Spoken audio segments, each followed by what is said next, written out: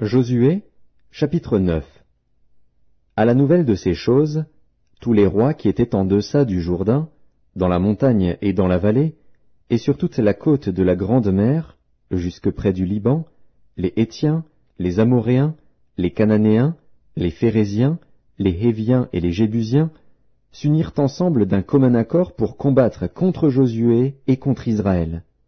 Les habitants de Gabaon, de leur côté, lorsqu'ils apprirent de quelle manière Josué avait traité Jéricho et Haï, eurent recours à la ruse et se mirent en route avec des provisions de voyage. Ils prirent de vieux sacs pour leurs ânes et de vieilles outres à vin déchirées et recousues. Ils portaient à leurs pieds de vieux souliers raccommodés et sur eux de vieux vêtements. Et tout le pain qu'ils avaient pour nourriture était sec et en miettes. Ils allèrent auprès de Josué au camp de Gilgal, et ils lui dirent, ainsi qu'à tous ceux d'Israël, « Nous venons d'un pays éloigné, et maintenant faites alliance avec nous. » Les hommes d'Israël répondirent à ces Héviens, « Peut-être que vous habitez au milieu de nous, et comment ferions-nous alliance avec vous ?» Ils dirent à Josué, « Nous sommes tes serviteurs. » Et Josué leur dit, « Qui êtes-vous, et d'où venez-vous » Ils lui répondirent, « Tes serviteurs viennent d'un pays très éloigné, sur le renom de l'Éternel, ton Dieu, car nous avons entendu parler de lui, de tout ce qu'il a fait en Égypte, et de la manière dont il a traité les 2 rois des Amoréens au-delà du Jourdain, Sihon, roi de Hesbon, et Og, roi de Basan, qui était à Ashtaroth. Et nos anciens et tous les habitants de notre pays nous ont dit, « Prenez avec vous des provisions pour le voyage, allez au-devant d'eux, et vous leur direz, « Nous sommes vos serviteurs, et maintenant faites alliance avec nous. Voici notre pain.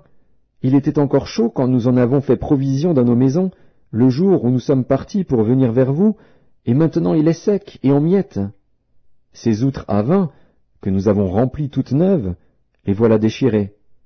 Nos vêtements et nos souliers se sont usés par l'excessive longueur de la marche. » Les hommes d'Israël prirent de leurs provisions, et ils ne consultèrent point l'Éternel. Josué fit la paix avec eux, et conclut une alliance par laquelle il devait leur laisser la vie, et les chefs de l'assemblée le leur jurèrent.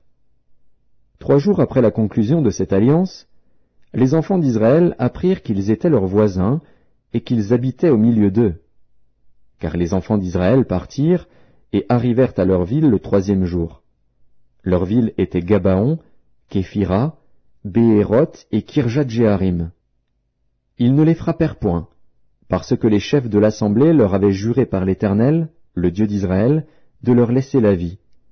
Mais toute l'assemblée murmura contre les chefs. Et tous les chefs dirent à toute l'assemblée, « Nous leur avons juré par l'Éternel, le Dieu d'Israël, et maintenant nous ne pouvons les toucher. Voici comment nous les traiterons.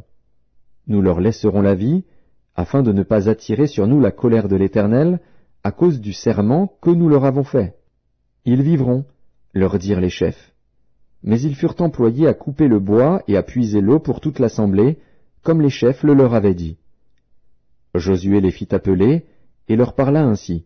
« Pourquoi nous avez-vous trompés, en disant, « Nous sommes très éloignés de vous, tandis que vous habitez au milieu de nous » Maintenant vous êtes maudits, et vous ne cesserez point d'être dans la servitude, de couper le bois et de puiser l'eau pour la maison de mon Dieu. » Ils répondirent à Josué, et dirent, « On avait rapporté à tes serviteurs les ordres de l'Éternel, ton Dieu, à Moïse, son serviteur, pour vous livrer tout le pays et pour en détruire devant vous tous les habitants, et votre présence nous a inspiré une grande crainte pour notre vie.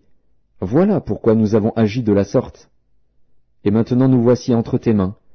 Traite-nous comme tu trouveras bon et juste de nous traiter. » Josué agit à leur égard comme il avait été décidé. Il les délivra de la main des enfants d'Israël, qui ne les firent pas mourir.